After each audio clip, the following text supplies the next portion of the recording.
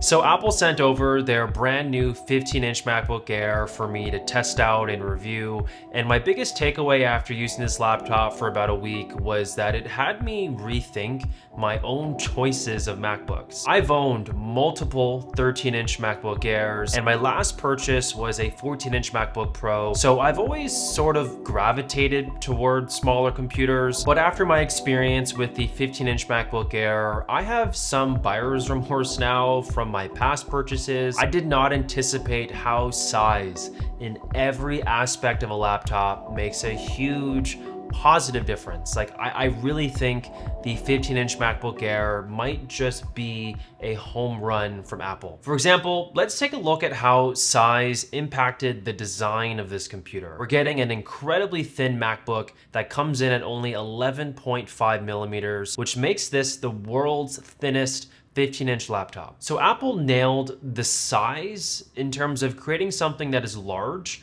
but strikingly thin on all corners. The actual weight of this laptop is 3.3 pounds, whereas the 13-inch MacBook Air is around 2.75 pounds. So there is a difference that you will notice, but I don't think that will be a reason to stop you from considering a larger MacBook Air. Like it's still a light 15-inch computer. Another positive change to the bigger size is the canvas for your hands. I find it to be more comfortable to type on this laptop as I have noticeably more space to rest my hands on the device while I use the keyboard. It's honestly made it a little funky for me to go back and readjust to something smaller like my 14-inch MacBook Pro or an older M1 MacBook Air. We also get a much larger trackpad, which I am in love with, as it aids to the comfort of using a device like this. Apple also increased the size of the speaker system by adding 6 speakers instead of 4, which include 2 tweeters and 2 sets of force-canceling woofers that support spatial audio for movies and music with Dolby Atmos. It sounds really good. Like, I'm a sucker for good laptop speakers, and these ones do not disappoint. They are not, however, as good as the ones you'd find on the MacBook Pros, which is to be expected, but I think most people will be happy regardless with how good these speakers already sound.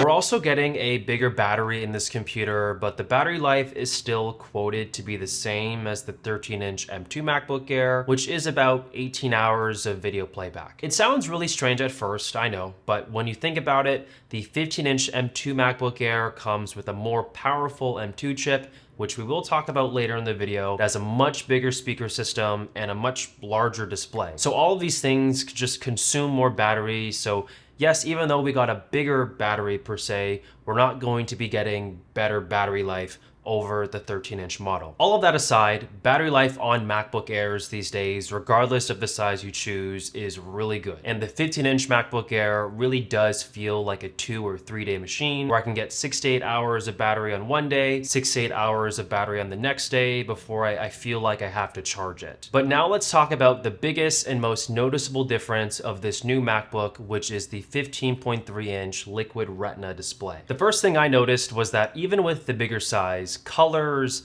images, text, movies, everything on this computer just looks super crisp. And I checked the specs. It does have a higher resolution than the 13-inch model to sort of compensate for the bigger screen size, so that sort of explains why things still look really good. It does still max out at 500 nits of brightness, which is more than adequate indoors, and it is usable outside depending on your conditions. I would say if you're in direct sunlight, I would probably avoid it with this laptop, but if you're in a shaded setting, it would get the job done. But if we put all of that aside for just a second, do you need 15 inches of laptop display? I'd say it definitely does make a noticeable difference of how much information you can have on screen at once. So if you're the kind of person who doesn't use an external monitor, I really think the 15-inch model is a much better long-term buy for most people. I do think you could probably get away with the 13-inch model if you have a monitor that you regularly plug into at home. But if you don't, again, I do think that 15 inches is worth the extra money. And remember, you don't just get a larger display with this laptop, you get a larger trackpad, much better speakers, more space for your hands, and you do get a fully loaded M2 chip. And I actually want to talk about that now, the M2 and its performance. The 15-inch MacBook Air starts with an 8-core CPU and a 10-core GPU with 8 gigs of RAM and 256 gigs of SSD before you think about adding any upgrades to the computer. And that's actually the exact model that Apple sent me, and I believe that is the one most of you are probably considering buying. This laptop is equally capable in terms of performance as the smaller 13-inch models. So I wouldn't look at this as an upgrade per se if you already own a smaller M2 MacBook Air. This computer is mostly targeted to people who are still running Intel MacBooks or even have an M1 MacBook Air. But let's start with our Intel users, people who haven't upgraded their laptop through the entirety of Apple's transition to M series chips in their computers. You're gonna be in for a huge surprise. Across the board, this laptop is capable of so much as long as you temper your expectations just a little bit. Yes, you can photo edit, video edit, play games, browse the web, code. You can do so much with just an M2 chip in a much more capable manner than any Intel MacBook in the past. It really is, to me, in my opinion, and I think the world's opinion, the perfect do-it-all machine that holds its own across a ton of programs. Especially if you do pay for more storage or add up to 24 gigs of RAM, you can achieve quite a bit on this machine with just an M2 chip. It's also worth remembering that this computer is completely fanless, so it's a very power efficient machine that is always going to be quiet no matter what you're doing. It's perfect for students, moms, dads, casual users, and people who want to dabble in heavier workloads that don't require you to sustain performance for long periods of time. If you are a professional in any field of work on a computer, or you know that you'll need long, sustained high performance, the MacBook Air just simply isn't for you. You should be looking at Apple's MacBook Pros, which are infinitely more capable in a lot of ways, and I'll link my latest review at the top of this video, as well as in the description. For anyone who owns an older M1 MacBook Air, is this now a good time to upgrade? I think so.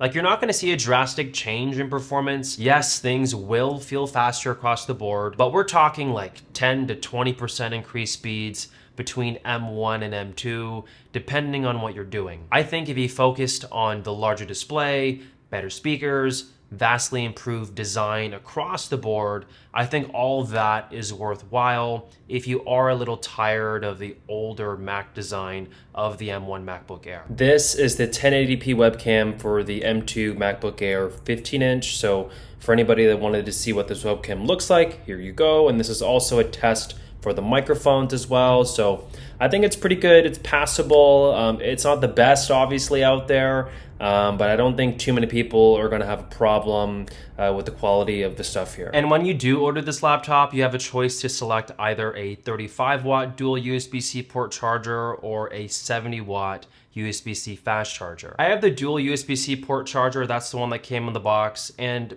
it's okay. It's not bad, but if you're charging two devices at once, the wattage that both devices receive are going to be decreased. And ultimately, your Mac is going to charge a little bit slower while your phone might be charging at a regular speed. So if you want the fastest charging speeds possible for your MacBook, which right now is about 0 to 50% in roughly 35 minutes, I'd encourage all of you to just get the single port 70-watt power adapter at checkout. It's completely free. It's not gonna cost you a penny to do that. So that's the 15-inch MacBook Air. If I miss anything, or if you guys have any questions, just drop your comment down below, and also comment hashtag I made it if you made it all the way to the end of the video. You are goated. Thank you so much for making it to the end, and you can watch my latest video right here, and I'll catch all of you guys in my next video.